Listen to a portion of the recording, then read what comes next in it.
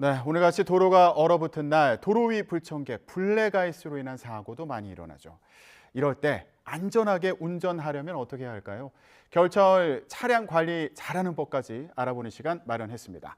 자동차 시민연합 임기상 대표 나와 있습니다. 안녕하세요. 네, 안녕하세요. 네, 오늘 나올 때 괜찮으셨어요? 아유, 조심해야죠. 굉장히 위험합니다. 사실 이 교통사고에서 금과 옥조 같은 원칙이 있어요. 네. 속도는 사고와 비례한다. 속도는 사고와 비례한다. 그리고 사고는 또 날씨와 비례한다. 네. 그러니까 반드시 이 자동차의 속도 그리고 날씨 참고하지 않으면 봉변당합니다. 네. 자, 저도 오늘 아침에 출근하는데 이게 도로가 살짝 얼어 있는 것 같더라고요. 그래서 이거 혹시라도 차 미끄러지는 거 아니야 이거 참 걱정하면서 나왔는데 결빙 사고 같은 경우에 치사율이 높은 위험 시간대가 새벽 4시에서 6시다 네. 이런 얘기가 있더라고요. 이거 왜 그런 겁니까? 우리나라에서 1년에 도로 결빙으로 사망하는 숫자가 20명이에요. 예. 그리고 1년에 1,600명이 다칩니다.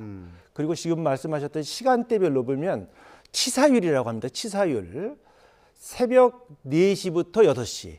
그리고 그 다음이 6시부터 8시. 그리고 사고율을 따진다면 8시에서 10시예요. 그럼 이것을 분석한다면 새벽 4시에서 6시. 이건 뭐냐면 이 시간대는 속도를 내는 시간대예요.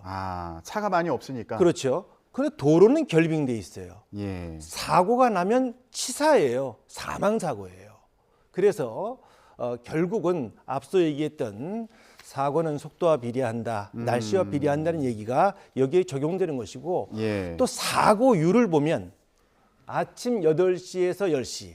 이건 뭐냐면 지금 시간대잖아요.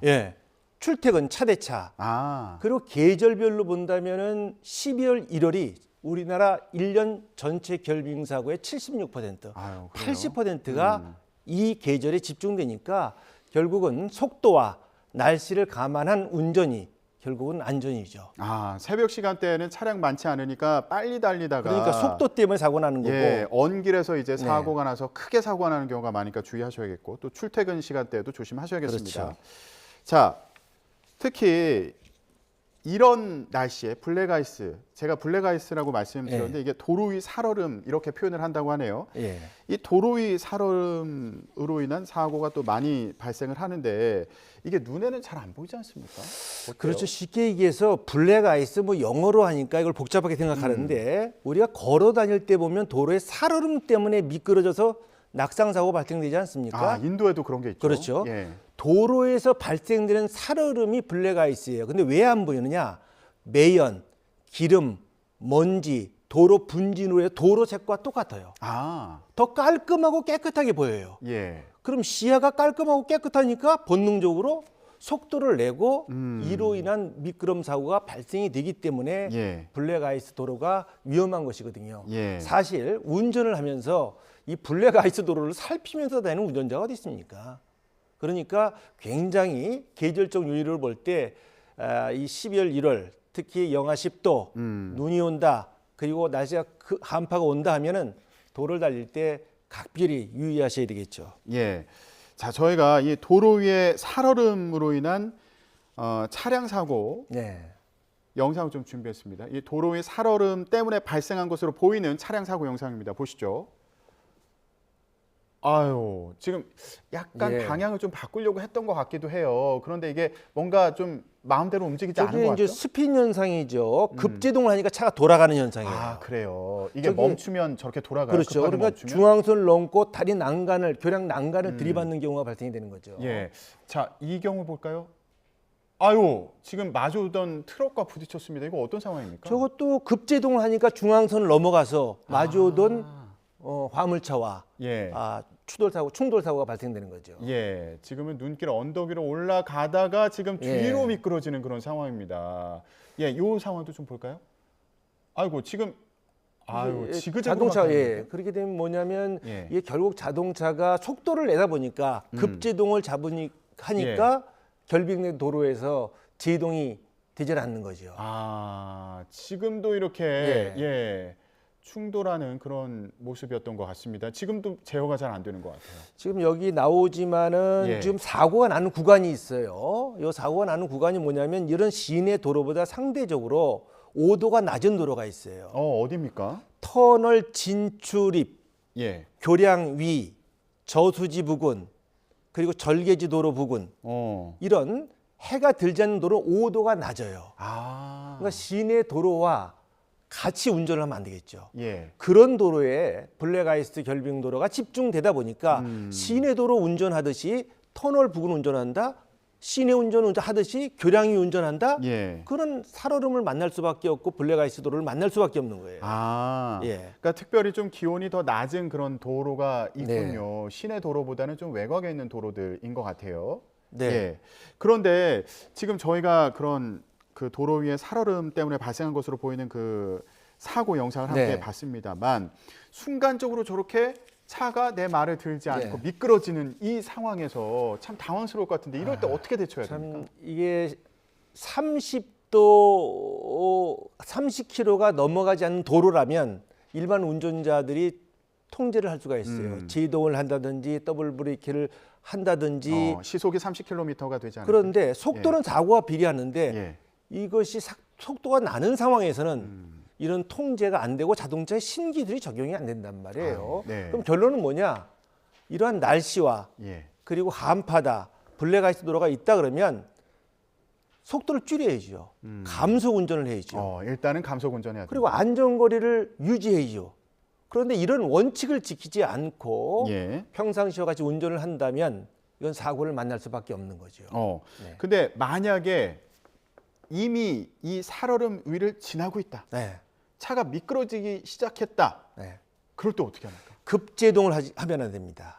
급핸들 조작을 하면 안 됩니다. 그런데 만약 차가 미끄러진다 그러면 브레이크를 나눠 밟는 것이 좋아요. 브레이크를 나눠 밟아라. 예. 그리고 급격한 핸들 조작을 하는데 미끄러지는 반대 방향으로 핸들 조작을 하거든요. 본능적으로. 그렇겠죠. 그런데 그건 안 돼요. 미끄러지는 반대 방향이 아니라 그대로 그 방향으로 핸들을 두고 브레이크를 나눠 밟는 것이 그래도 가장 좀 제어하기가 쉽고 예. 그리고 일단은 속도가 나면 안 되는데 가장 위험한 것이 우리가 아파트 단지 안에 들어가잖아요. 그럼 저행 운전이라고 써 있어요. 왜냐하면 앞서 얘기했듯이 이 살얼음이라고 하는 것은 아파트 단지 안에도 있는 것 아니겠습니까? 그러면 통제를 하기 위해서는 어떻게 되느냐? 저행 운전. 예. 시속 10km, 20km예요. 그러나 일반 도로에도 그렇게 할 수가 없기 때문에 일반 도로에서는 감속 운전, 차간거리 확보를 하고 만약 차가 미끄러진다 순간적으로 그러면 급핸들 조작하지 말고 급 제동하지 말고 예. 브레이크는 나눠서 밟는다. 예, 그렇군요. 근데 이렇게 미끄럼 사고가 난 이후에 어떻게 대처할까? 요것도 참 중요한 문제인데 네. 일단 사고가 나면 나가서 이거 수습을 해야 되잖아요. 네. 근데 앞서서 저희도 그 사고 기사를 전해드렸습니다만 이게 사고가 난 이후에 미끄러운 길이다 보니까 다른 차가 또 와서 네. 들이받는 경우가 생길 수 있지 않습니까? 네. 이런 상황에서 어떻게 지금 대처를 해야 될지 이것도 참 지금 고민이에요. 이것이 결빙 사고로 인한 2차 사고를 말씀하시는 건데 우리나라가 한 해에 2차 사고로 인한 사망자가 50명이에요. 지금 대부분 운전자들이 그래요. 만약 결빙으로 차대차 접촉 사고가 났어요. 예. 그러면 내려서 어디론가 전화를 걸고 그거를 사진을 스마트폰으로 찍고 그러는데 이게 2차 사고로 연결이 되는 겁니다.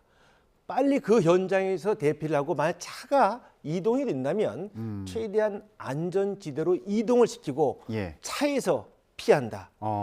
만약 차에 있다가 사고가 발생이 되면 후행 차량에 대한 책임도 져야 돼요. 그러니까 반드시 예. 현장을 지킨다는 아니에요. 예. 그리고 이런 보험 처리 전문가들이 다 압니다. 전문가라. 그 자리 지키고 사진 찍고 전화하고 하지 말고 빨리 현장을 피해서 안전지대로 차와 사람이 이동을 한다. 차가 이동이 안 되면 사람이라도 안전지대로 이동을 해야 예. 2차 사고를 예방할 수가 있습니다. 예, 알겠습니다. 자, 이렇게 추운 날씨에 차량 어떻게 관리해야 될까? 이것도 참 고민되시는 분들 많을 텐데 가장 중요한 팁을 좀 찝어주시죠. 자동차도 동상 걸립니다. 그래서 일단은 자동차는 주행 중에는 동상이 걸린 게 아니라 밤샘 주차에 동상이 걸려요. 네. 그럼 옥내나 지하 주차장으로 이동을 해서 밤샘 주차를 하는 게 좋은데 이게 우리 주차 지하장으로 내려가면은 차가 찬바람을 몰고 내려갑니다. 예. 지하 주차장 입구는 추워요. 안쪽으로 하는 게 좋습니다. 그리고 그 다음이 이 배터리는 화학적 특성에 의해서 영하 10도 이하로 내려가면 성능이 떨어져요. 그리고 만약 가을 봄에 긴급 출동 서비스를 받았다 시동 불량으로 이건 골병 들었어요. 예. 반드시 배터리 점검 받으시고 예. 표시경이 푸른색이라고 마음 놓으면 안 돼요. 배터리 점검 받으셔야 됩니다. 그리고 이 만약 5개 주차에 부득이하게 유지할 수밖에 없다, 주차할 수밖에 없다 했을 때는 배터리를 헌 5까지 좀 싸주는 것도 한 방법이에요. 본넷을 동쪽으로 향하게 하고 벽 쪽으로 향하게 한다. 예. 그리고 출발할 때 이 헌 5까지 반드시 꺼내야 됩니다. 예. 그냥 신호 걸으면 안 돼요. 그래서 이렇게 자동차 주차 과정에서 발생될 수 있는 자동차 동상을 최대한 좀 보완하기 위해서는 지하 주차장 그리고 옥 외일 때는 벽 쪽이나 동쪽 주차하시기 바라겠습니다. 예. 아, 요즘 추운 날씨 속에서 테슬라 차량의 유리가 깨지는 네. 일이 발생해서 이거 혹시 날씨 때문인가? 예, 이런 궁금증도 생기는데 좀 어떻게 볼 수 있을까요? 물론 한파로 인해서 유리 그런 결함이 발생될 수 있겠다라고 생각할 수가 있는데 이것은 혹한기 테스트를 다 합니다. 자동차들이. 날씨와 관계없고 자동차에 관한 결함이기 때문에 국토교통부 홈페이지 리콜 자동차 제작 결함 신고센터 이걸 신고를 해서 예. 보증 수리를 받을 수 있도록 처리하는 게 좋고 만약 금이 갔다 좀 이상이 있다 그러면 이걸 계속 쓰지 마시고요. 발생 시점에 최대한 빠른 시간에 이런 결함을 신고하시기 바라겠습니다. 다시 한번 확인해 주시죠. 어디에 신고하라고요? 국토교통부 제작 결함 신고센터. 그럼 거기에 신고를 하면 왜 이런 일이 발생했는지도 조사를 해주는 겁니다. 그렇죠. 그리고 피해 구제도 받을 수가 있죠. 아, 알겠습니다. 네, 비슷한 상황에 계신 분들 참고하시기 바라고요. 오늘 눈 많이 와서 도로 곳곳이 얼어 있으니까 안전운전 하시기 바라겠습니다. 지금까지 자동차 시민연합 임기상 대표와 함께 얘기 나눠봤습니다. 말씀 고맙습니다. 네, 안전운전하세요.